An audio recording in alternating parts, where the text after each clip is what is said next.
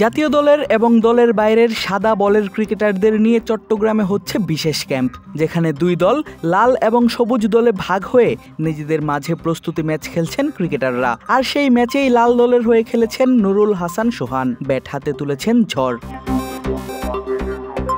সোমবার ব্যাট হাতে বেশ আগ্রাসী ছিলেন এই উইকেট কিপার ব্যাটার। স্কোরবোর্ড বলছে সোহান খেলেছেন ৭০ বলে ৯৭ রানের ইনিংস। ৩ রানের আক্ষেপ নিয়ে আউট হবার আগে হাঁকিয়েছেন ৭ ছক্কার সমান ৭-৪। মনে হতে পারে হয়তো বিশ্বমানের বোলারদের ফেস করতে হয়নি সোহানকে, কিন্তু জানিয়ে রাখি তানজিম সাকিব, তানভীর ইসলাম, শামীম পাটোয়ারির মতো আন্তর্জাতিক ম্যাচ খেলা ক্রিকেটারদের বিপক্ষেই সোহান খেলেছেন তার সেই দুর্দান্ত ইনিংস।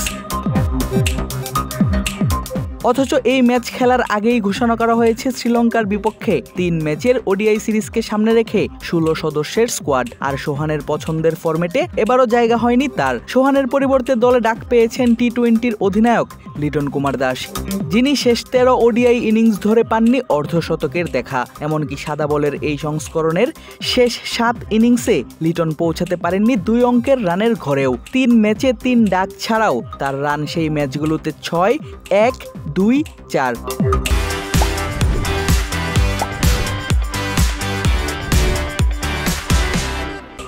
অপরদিকে ব্যাট হাতে দারুণ এক ঢাকা প্রিমিয়ার লিগ কাটানোর পর সোহান খেলেন নিউজিল্যান্ড এ দলের বিপক্ষের সিরিজ। সাদা বলের লিস্ট এ ক্রিকেটে হাঁকান একটি সেঞ্চুরি। লাল বলের ফার্স্ট ক্লাস ম্যাচেও খেলেন ১০৭ রানের ইনিংস।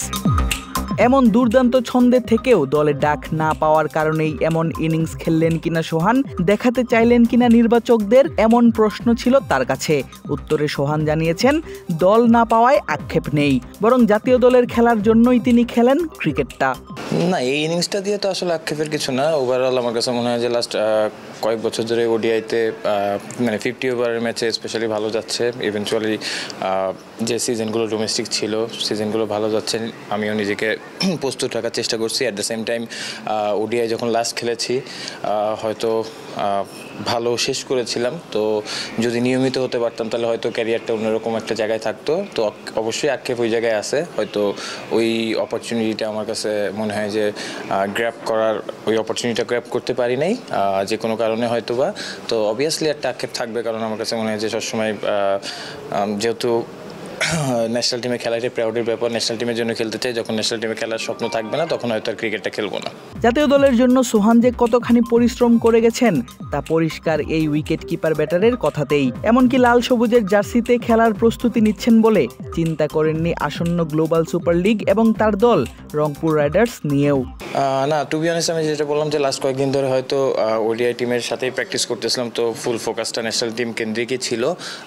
এখনও জিএসএল নিয়ে ওইভাবে চিন্তা কিছু করি নাই। ইনশাল্লাহ হয়তো খুব শীঘ্রই, যেহেতু এই প্র্যাকটিসের পরে হয়তো ফ্রি থাকবো, হয়তো বা জিএসএলে পার্টিসিপেট করবো, তো তখন হয়তো বা এটা নিয়ে চিন্তা করার সময় পাবো। But to be honest last কয়েকদিন হয়তো এটা নিয়ে ওইভাবে চিন্তা করার সময় পাই নাই। তবুও দল না পাওয়ায় নিজেকে কিছুটা হতভাগা ভাবতেই পারেন দেশের অন্যতম সেরা এই উইকেট কিপার ব্যাটার।